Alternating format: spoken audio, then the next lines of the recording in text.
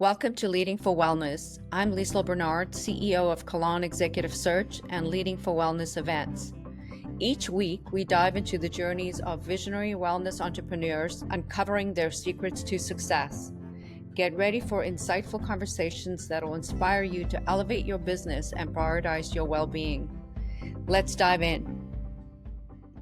If you want to know what the latest trends are in the supplement and wellness industry, this episode is for you. I have Scott Dicker, the Senior Director for Market Insights for Spins in the studio today, and really excited to hear what's hot in the market. Welcome, Scott. Thanks so much. It's great to be here. Yeah. So before we get into the report and sort of what's trending in the industry, I'd love to hear how you got started and became the Senior Director of Market Insights for Spins. What was your journey to get here? Thank you. So I guess it was a bit of an unconventional journey. My background, what I studied was nutritional science and chemistry. Uh, Prior to my time at Spins, which I've been at Spins now for 9 years, prior to that, I was running a few small businesses.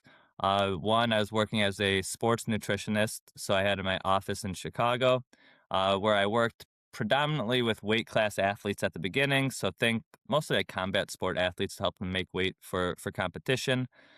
Inevitably, when you have a nutritionist office, you get a lot of women who want to lose weight. So that became a large part of my business.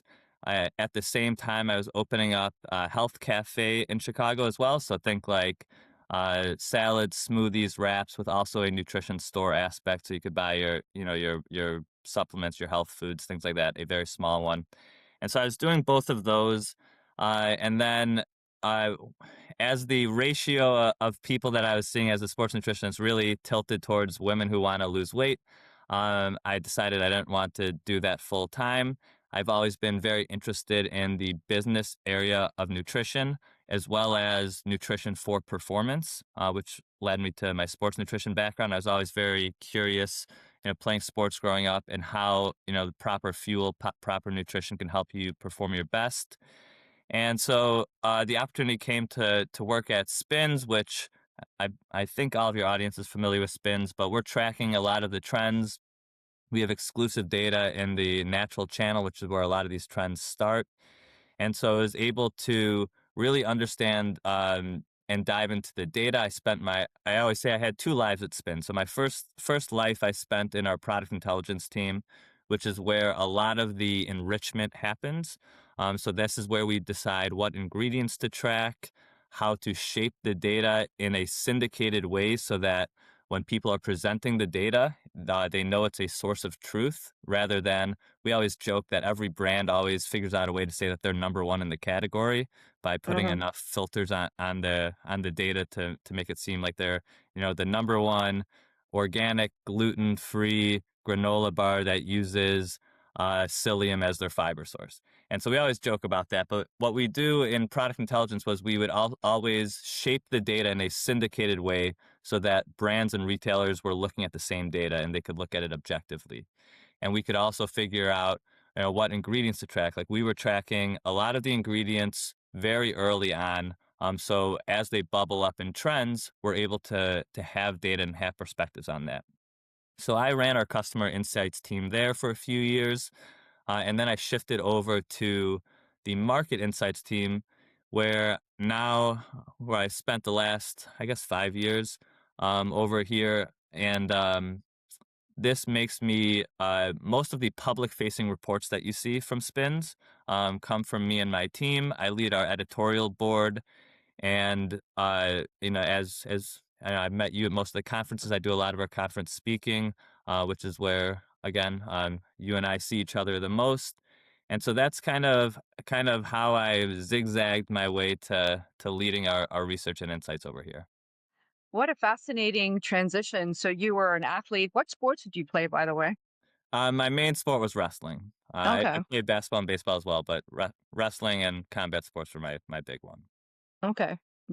So you basically went from an athlete to being a personal nutrition trainer, and now you're a data guy.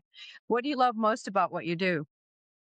I love the ability to connect how shoppers are behaving to what they say their preferences are to understanding what brands are doing to meet those changes. And so you can really, once you know what you're looking for, you could find the signals in the data to see where these trends are bubbling up. And then also, you have to look because a lot of these trends don't happen just because people are interested in them. They take brands and ingredients to really execute at a high level to create a category. And so we saw that, for instance, with modern soda. You've seen that with certain ingredients in the supplement space. And so these are ways to really get a holistic view at what's going on and really shape what's going to be trending going forward. That's fascinating. So you guys just released the 2026 prediction report for the supplement and wellness categories. Do you want to share some of the highlights of what's in this report? Yes, this was a very large report. This is our biggest report of the year. And this year it got so big that we actually had to split our webinars into two. So depending on when you release this episode, they were last week. So you can always view the full recordings of them on demand at Spin's websites. But the reason we broke it into two is because there's just so much to go over. It feels like every year things move faster, the cycle of innovation is faster. Things are bubbling up. And then this year, we had also different market environment changes that were really hard to ignore. So we dedicated full sections to them. We've identified three major forces shaping not just our industry, but commerce in general. But we could obviously focusing on our industry. The first one's conscious consumption. So that's people are thinking more thoughtfully about everything that they put into their body. A lot of that results in health span and thinking about healthy things, but it also incorporates things like global flavors and the modern kitchen.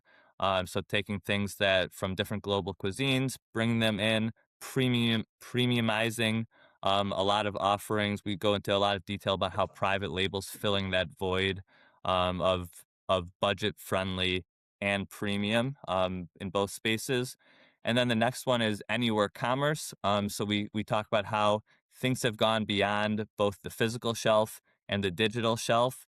And now there is a third shelf, the agentic shelf, which brings us to the third part, which is non-human participation. So people are discovering products, researching products in a different way uh, through different AI, interfaces, whether it's ChatGPT or Gemini or Perplexity, or now everyone's got like an AI like chatbot. It feels like, but how to connect shoppers across the journey from discovery. A lot of times they discover things online and they still go purchase it in store. So it's really where brands should be spending their focus, meeting consumers, and also part of the commerce strategy now is not just placement on the shelf, not just placement and SEO, but also how do you get your product to show up when someone's asking ChatGPT about the best creatine, for example. Yeah, and that's changed so quickly. I know in the report when I looked at it, there was, some key things that stood out that a lot of people are very brand and ingredient focused, and that they're Gen Z and millennials are trying to avoid certain ingredients within products. Do you want to elaborate a little bit on that? It was very interesting because everyone always wants to know what the younger generations are doing, because in th- in theory and usually really they increase their spending power and the preferences that they have will lead to the trends going forward. And so some of those is just that there's no sticker shock with this generation, where 20, 30 years ago, if you had a beverage that had all these adaptogen herbs in it, you might, give people might give it a funny look, but there's no more of that. Every category is fair game for functionality and health focus and supplement ingredients. The life cycle from trending health focus and supplements to trending ingredients that are meant to support those health focuses. Then they shift over to functional beverages, and then the ones that really make it end up in food, both bars and granola and pasta and what have you. But what I found very interesting about younger consumers is that 90% of them said that they were avoiding certain ingredients. And now that wasn't the same ingredients for everyone or for every category, but that they were actively looking at labels and avoiding certain ingredients. And for example, in beverages, a lot of it was sweetener. So it was either sugar alcohols or artificial sweeteners. And so those were things that they were interested in avoiding. And it's very different, again, by category. And then also, I found it very fascinating that 40% of them said that they were following some sort of diet. Whether high protein diet was the number one that they said, which is probably not a surprise. But there were a variety of other diets that they said that they were following, and oftentimes even claiming that it was medically necessary. And what I read from that is that if people think that a diet is medically necessary, it's going to be stickier. So understanding how their preferences and how their purchasing is going to change based on that is going to be very key. Yeah, and sweeteners is sort of a hot topic right now. What do you see trending as far as healthy sweeteners are concerned? Are people moving away from stevia, or is there another sweetener that's on the market right now that's becoming more sexy? Uh, it's very interesting because there's two ways to look at it. One is looking at sweeteners and alternative sweeteners, and the other one is alternatives to sweetness. So we do see that certain flavors are trending beyond just sweetness. So things like spicy, sour, salty, for example, are trending. But we do know that obviously sweet is something big. And usually in categories, I find that there's a life cycle of the consumer where they start out maybe in a full sugar product, and then they move to zero sugar products, which is almost always code for artificial sweeteners. When they say, Hmm. blank zero or this zero sugar, that's almost always artificial sweeteners. And then they move to natural sweeteners, like natural non-calorie sweeteners, things like stevia, monk fruit, allulose is one that seems to be doing very well also. And then a lot of them return to sugar, just less of it. Because then they say, I want the most natural thing, which is, cane sugar or maple syrup or whatnot, or honey, and like just less of it. And so when you say it like that, you think, well, we should be on the farthest end of this because that's where the consumers are going. But there's always a wide variety of people at each stage, and they all fill a need. So while certain sweeteners are doing well, it's important to note that there are still people who are in each one of those phases, in each one of those categories. That's fascinating. Yeah, but I think in general, people are becoming more conscious of sugar and sugar intake. So I think that's definitely a positive move. Um, what other categories? I know when I looked at the report, joint health was an area that is, you see that there's a lot of opportunity there, as well as energy, and then obviously the big one is hormones. It's been sort of the big topic over the last few months. Can you share more about that? Absolutely. So one thing that's surprised me over the past few years is how joint health has really not seen a boom. So, if we go way back to the pandemic, almost all supplement health focused categories have seen a year or more where they've boomed. So, first it was immune health supplements. Then it was things like sleep and mood support, which started to boom as people started to make that connection where, if I'm stressed out, I'm going to get sick more, blah blah blah, stuff like that. And then it became really about active nutrition, so staying healthy by being active, and so active nutrition has been the top growth category for each of the past 5 years within the supplement space. So I have always been surprised that while active nutrition has been so high, joint health has remained relatively flat. And so that goes back to some of the things is, have we seen innovation in that category? um, are there new ingredients out there that can make a substantial impact? Or are there old ingredients, either from joint health or from an adjacent category, that can make an impact? And so there's a lot of like anti-inflammatory herbs, especially like in the Ayurvedic set, that might play a role there. That I think you'll see some growth there. And then the real emergence is and things like peptides. So you're seeing a lot of like these very strong anti-inflammatory peptides hitting the market.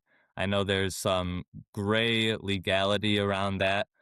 So I'm not the one to give a perspective on that, but it is something that people are very interested in. And so anticipate something around joint health. And this goes back to the bigger trend, and we'll get into this with hormone health. And what was the other one you asked about? Energy. I think Energy. energy was the other category that I noticed that there was a lot of growth in as well. Yeah, and so this all goes through the core trend of health span. So people looking to stay healthy throughout their lifespan. So traditionally, a lot of these health focuses were made for certain areas and certain times in life. So joint health and cognitive health, for example, used to be in the older age brackets as people were looking to either avoid that senior moment or their joints were starting to wear down and they would search to it. But now we're seeing more preventative as far as joint health and also for mental support or yeah, I guess that's the best way to Yeah. look at it, throughout the life. So even younger demographics are using it for mental performance and focus. You see a lot of nootropics being added to energy drinks, things like that, for example. Another area of health span that I've been really interested in is hormone health. So this is a really big topic on the industry. I know that when we've been at conferences for the past few years, everyone's been betting really big on women's health, menopause, perimenopause, this type of hormone support. And we haven't quite seen that impact the data, although I think it's coming. When it comes to what I think is going to be the next boom, I think testosterone is going to be a major topic this year. You already see it trending a lot. There are a lot more med spas opening that are offering hormone replacement therapy, including testosterone. You're starting to see social media posts about women taking testosterone for energy, so it's not only for men. And then also with advanced blood work being done more often, people are getting these things tested. And I think that a big focus will be on testosterone when it comes to the longevity trend, the health span trend. And if we think about it from the aspect where GLP-1s really knock the door down for people taking pharmaceuticals along with nutraceuticals, having it like Hmm. be a combined wellness, and we could talk about the other things that they're doing. I know you're into a lot of the other wellness trends that are not just consumables and things like that. But if you think about that, we see a few major trends coming up where there's companion and competitor products. So a lot of adjacent categories that support people on GLP-1s, as well as the pockets of growth within the weight management category that's overall declining. The pockets of growth are usually in ingredients that are at least being advertised to mimic GLP-1, things like berberine that I know got touted on as like nature's Ozempic by some podcasts. And so when you look at testosterone, I would look at it the same way. Mm. So the competitor ingredients, a lot of people will try a natural version first. And we've both been in the industry long enough to remember when test boosters were a big thing. And so I expect to see another boost in that, as well as some of those ingredients. Think like things like boron and fenugreek. And then also there's a lot of new attention on like shilajit. I think I'm saying that correctly. So some of those ingredients and some of those concepts, as well as again things that support people who are on TRT, for example. Yeah. I think sort of hormones was sort of a touchy subject there for a while because it wasn't approved by the FDA for women. But I think now that's going to become a big conversation. And I think we're also seeing, obviously supplements and nutrition is super important. But, I think you and I are both big believers in exercise and, building muscle and maintaining muscle, especially as you age, has such a huge impact on your health and your metabolism and so forth. So I think hormones that help you maintain muscle, like testosterone, even for women, is super important. So I totally agree with you. I think that's a very exciting development in the industry. And then obviously with that goes peptides and some other injectables like stem cells for health span, right? So I think yeah, we're living a very exciting time, and I think also I think there's a lot of support behind promoting what's happening in the industry right now. So very, very exciting. And the other trend saw was personalized nutrition. And I think, I work with a lot of companies that are developing, patented ingredients and so forth. And with AI and genetic testing, I think personalized nutrition is going to become a big trend as well. What's your opinion on that? this is one of the biggest movements that you're going to see. We've talked about personalized nutrition for years, and everyone was waiting, like, how can people do this? How can it be a scalable thing if someone's making a product just for Scott or just for Liesel? And it turns out that it's not necessarily a brand making a personalized product, although I know there are some exciting companies actually trying to personalize packs and things like that. But a lot of it is that we have so much data on ourselves now, on our own health. There's a very high percentage of people who are using some sort of fitness tracker or health tracker, whether it's a ring or a watch or a glucose monitor, even if you're not diabetic. And then if you throw on there the advanced blood work panels that you're doing with a lot of uh, access to AI chat on your personalized data or to healthcare. There's increase in microbiome testing, all these types of things to get you personalized data. We consistently see that people, when they talk about quote unquote biohacking, it's the top two things that they always say is diet modification and what supplements they take. And now you can actually see in close to real time how that's impacting your sleep. If you get blood work done a few times a year now, or even once a year, you could see how your changes, both diet and lifestyle changes, have impacted that. So I used to what people used to do is a lot of times with nutrition, both how they eat and the supplements they take. A lot of it was very faith based. Like, I heard this was it. There was some maybe some abstract large population study that shows that it might help. I think this might be helping with me. Now people are actually seeing how it interacts with their own data, treating themselves as like N=1 studies. Uh, Hopefully they're still seeing their doctor, but a lot of people are just like taking their health and making decisions that way. And so for this, this is a big movement as people think about what's personalized. And so you could see a big rise in like single ingredients again as people are more targeted, as well as these general insurance policies. We call them the kind of the everything supplements, the ingredients or the products that tout, gut health, immune health, energy support.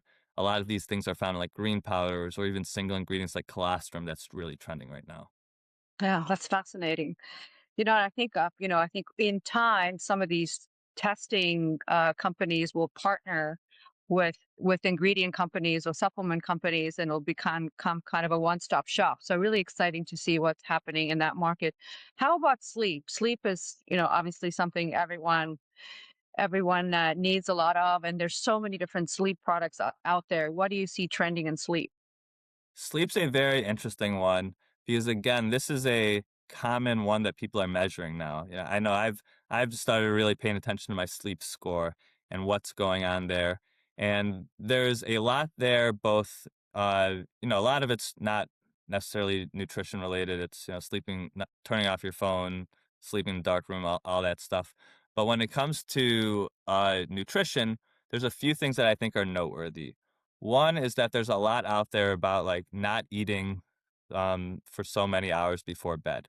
And we see adjacently younger consumers are eating dinner very much earlier. Now, I don't think this is only to do with optimizing sleep, but it is adjacent to it. And so we see them making earlier dinner reservations, for example, and wanting to eat dinner, yeah, between 5 and 6, which I used to think was only for, For old people. nursing homes and people like me with young kids who eat dinner that early. But now it's for everyone. And as an industry, when people's routines change, so do the products that fit into their routines. And so beverage is a really big one where beverages are really ingrained in people's day part. So what people usually have a morning routine that involves some sort of beverage, whether it's coffee or juice. They also have an evening routine that oftentimes starts with a beverage, what used to be called like the traditional nightcap to unwind. It's being replaced. We know that a lot less people are consuming alcohol, so that's like what's going to replace that is just a non-alcoholic version. Is it going to be a mood support beverage? Is it going to be something else? Are they even going to think about that at all if they're having dinner so early? And then when it comes to traditional sleep supplements, melatonin's still the big one. It's although it's not seeing as much growth, but it's still the largest market share. There are a lot of other ingredients out there, but as I mentioned before, as people made the overall wellness mindset versus just like a targeted one health focus. A lot of people have made the shift to what used to just be a sleep product. Now they're looking for a mood support product because they realize I'm just stressed out at night. So let me have some mood support. And so we're seeing mood support really be booming. And what is that? What's mood support? What can you give us some examples of that? Magnesium's the big one. So Hmm. that had a monster year last year and the year before, I believe. Um, and that's made its way into some beverages as well. Ashwagandha and theanine also are ingredients that I've been watching. Theanine's a very interesting one that I've been watching because a lot of times it's not the hero ingredient. It's part of a formula, and it's very versatile because it's also an energy products because Yeah, I it was going to say a lot of Mhm. energy drinks have theanine in them or energy supplements. Yeah, because it's supposed to remove the crash from caffeine, and so but it's also in, calming supplements, so that's why it's very versatile, so a lot of growth there. So a lot of those mood support ingredients I would be looking at, and one thing, Lisa, I always mention because whenever people ask me, like, "What's the trending functional ingredient?" going to be, they always expect to be some new novel ingredient, and it's almost always an established ingredient that found uh, a new health focus, a new demographic, or there's a brand executing really well on it. So think Yeah. like creatine over the past couple of years is like a prime example of that. Yeah, yeah, exactly. And when it comes to magnesium, obviously there's so many different forms of magnesium. Is it magnesium threonate for sleep, or do you not go into that depth in your reports? We are able to look at some of that. I haven't seen one form really standing out for one health focus. I will say something interesting that I've noticed is that magnesium threonate seems to be doing very well online, where magnesium citrate is still doing very well in stores. I'm Mm, not sure exactly the correlation to look out, but it does also something that we always think about is products and ingredients oftentimes are made for channels. And mm. so the customers shopping in different channels have different preferences sometimes. Most of them are shopping in multiple channels. And so it's just all these things to understand who your consumer is, what needs you're filling, and the ingredients and how you market products are very reflective of that. Yeah, yeah. It's all about education as well. Wow, that's fascinating. There's so much happening in this industry. Is there anything else in the report that stands out that you think is worth mentioning? Obviously, we're going to link the report to the bottom of this podcast so that people can have access to it. But it's a big report, and there's so much information. What else stands out for you? I would say that the two biggest questions that I got asked all of 2025 are, have we hit peak protein and is fiber the new protein? And we go into both of those questions, but just briefly to review some of them. The short answer is no, we have not hit peak protein. We see protein categories representing about half of the top absolute dollar growth categories across the entire grocery store, whether that's inherently high protein categories like eggs, cottage cheese, yogurt, or or added protein categories like ready to drinks and protein powders. And so what's interesting is that who is over indexing in these categories does change. So younger consumers tend to over index in products with added protein, where older consumers generally over index in products that are inherently high in protein, but all of them are interested in protein. Mhm. I always caveat this with, if you're a brand that is not a protein brand, just simply adding protein is not always the key to success. There is a large graveyard out there of products, of brands and products that added protein and did not find success with that way.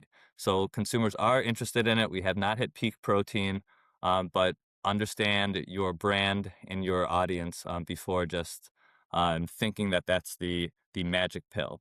And then the next one is fiber the new protein? Uh, Short answer is it's not the new protein. I don't think it'll ever get that big, but there is still plenty of room to grow. So interest in fiber is still very high. We see that uh, that fiber is an interesting one where 95% of Americans, I believe, are not hitting their fiber Hmm. recommendations. So there is actually a need for it.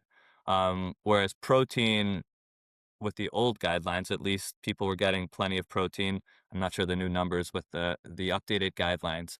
Um, Fiber is an interesting one because it's been added. It really came to prominence through modern soda. I used to joke that it got a successful rebrand to prebiotics in the beginning of the year to really ride that microbiome Hmm. consumer trend. And so there's big opportunity there. I think you'll start to see brands differentiate themselves with what type of fiber. And then also the vehicle for delivery. So we saw modern soda really was created with some prebiotic brands. But there's also modern sodas evolving, like for protein, with protein sodas, for example. So protein's finding For its the way clear proteins, yeah. with clear proteins, where Hmm. people said, "Oh, soda can be a functional category too."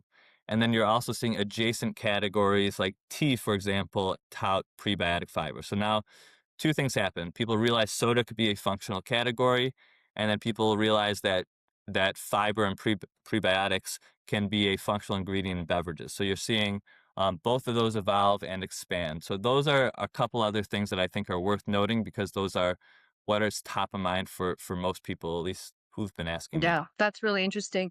And fiber is sort of a difficult category because most people know they need to get fiber. What fibers are trending in the, is it selenium? I mean, what is the fiber that comes out of flaxseed? What is that? That's Um, yeah, psyllium, psyllium husk. psyllium. Um, Yeah. What's trending as far as fiber is concerned? so that's doing well. Um, I don't think consumers are really making the distinction right now with fiber, which was my point, where I think like with protein, everyone knows like, is this whey protein? Is it plant protein? Is it collagen? Is it an isolate? Is it a concentrate? And so people know the different types of proteins, and many people have a preference. Fiber, I think people are still talking say fiber. And Mm-mm. so I think that's one big thing that you'll see in 2026 is people look to educate and differentiate, and you'll see some people try to make a premium fiber offering. Yeah, Um, soluble and non-soluble. Yeah. Soluble versus non-soluble, the different types. And so those are the things I'd be on the lookout for fiber. We should note that the reason I don't think it'll hit protein is when people have enough fiber, their body usually tells them that. Whereas protein, you could go pretty high without having that discomfort. For Yeah. Yeah. most Oh, people. fascinating. That's amazing. You're a wealth of information, and the report's incredible. So if anyone hasn't seen it, definitely worth downloading. So Scott, you know so much about this industry. I'd love to know what you do on a daily basis to improve your own health and what supplements you take. Would you mind sharing? Sure. The biggest thing that I believe in is exercise. I think that that's proven time and time again through both research, but anyone who exercises, they don't need to read the articles. They always feel better. So I exercise first thing in the morning, usually 5 a.m. I'm in the gym. I know I see you in the Weights, gym at the trade shows.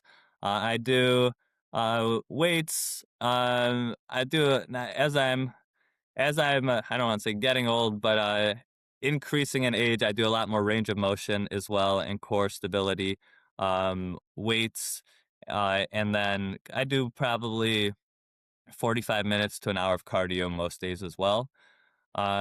This is, and we've spoken about this offline before. This I do mostly actually for my head. It clears my head, hmm my best creative thinking and problem solving actually while I'm exercising.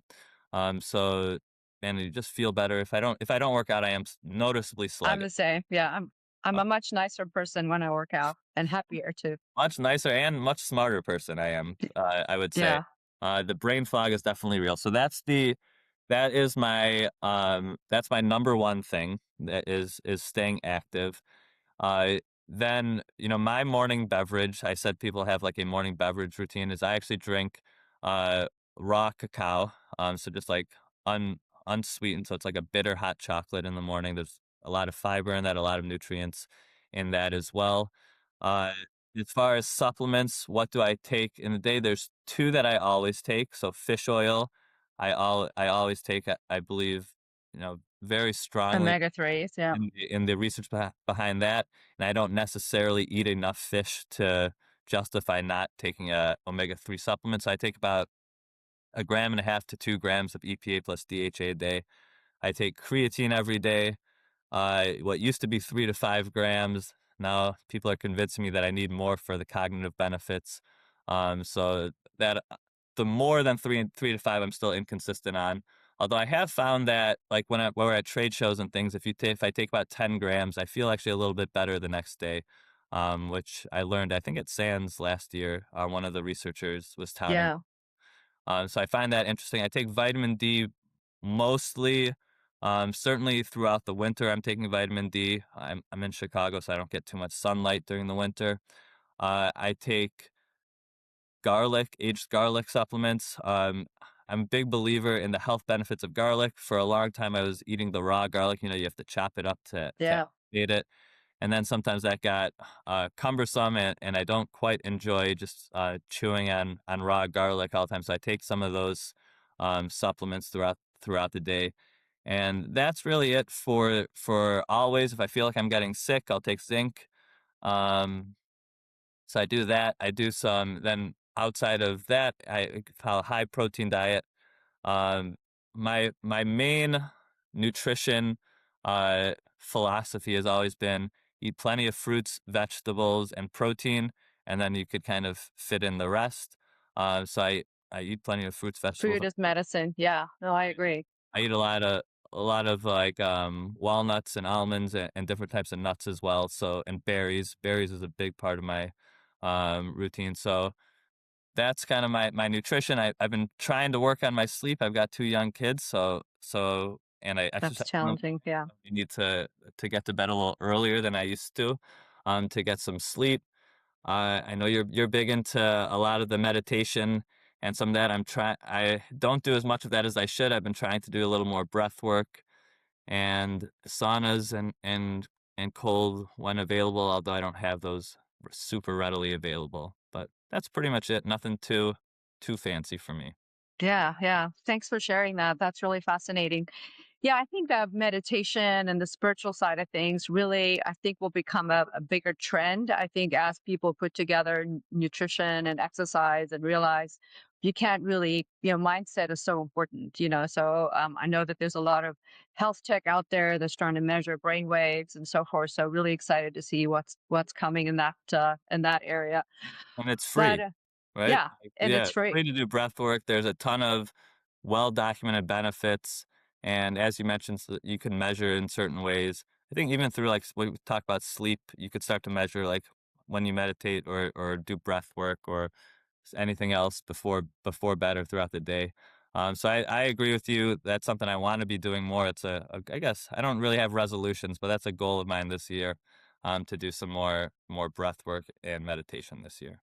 Yeah, I think with all the stimulation we have, being present is becoming more and more difficult. So I think making that a priority and coming back to our breath and becoming more present, whether it's with meditation or being in nature and so forth, I think that's really the balancing factor that's going to make the big difference, I think, for most people. So And wow, what that a fascinating. What's That that? sorry to interrupt, but that actually reminds me of one of the biggest things I do is I try to disconnect and leave my phone at home sometimes and really avoid too much screen time on the phone. So that disconnecting that getting nature again, I live in a cold area for much of the year. But I think avoiding the phone is a big one as well. Yeah, no, it's amazing. I recently did a 7-day silent meditation retreat, and they actually took our phones as part of that experience. And there was such panic that happened when you had to hand in your phone and you realize that you're not going to be able to check whatever you need to check for 7 days. But it's amazing that after a day or so, it was like, oh, such a relief not to have that distraction, and you do become more present. So it's something easy that we can do, but we have to have the discipline to do that from, at least one day a week, et cetera. So totally agree with you. Well, what a fascinating conversation, Scott. I love having you as a friend and seeing you at all these amazing conferences and all the knowledge that you share and your enthusiasm for what you do. How can people connect with you if they want to know more about spins or the data that you have shared today? If you want to, I encourage everyone to download our report on Spin's website. There's plenty of other great trend resources. If you'd like to connect with me personally or have any questions related to how I can help you or just wanted to connect, LinkedIn's probably the best way to connect with me. And then we're about to start trade show season. So if you are at any of these shows, I'd love to connect with you there. And yeah, thanks so much for having me. This was fun. Yeah, you're welcome. I look forward to seeing you in San Diego in a few weeks for the Sports Nutrition Summit. That's right. Yeah. That's my kickoff to conference season, and it's one of my favorite ones, of course. Yeah, that's a great event. Well, thanks again, Scott. And yeah, thank you for your amazing information. Thanks so much. Thank you for tuning into Leading for Wellness. This podcast is powered by Leading for Wellness CEO and Investor Events and Kalon Executive Search. If you enjoyed the show, please rate and review us on your favorite social media platform. And to learn more about our services, visit leadingforwellness.com or kalonsearch.com and follow us on Instagram as well.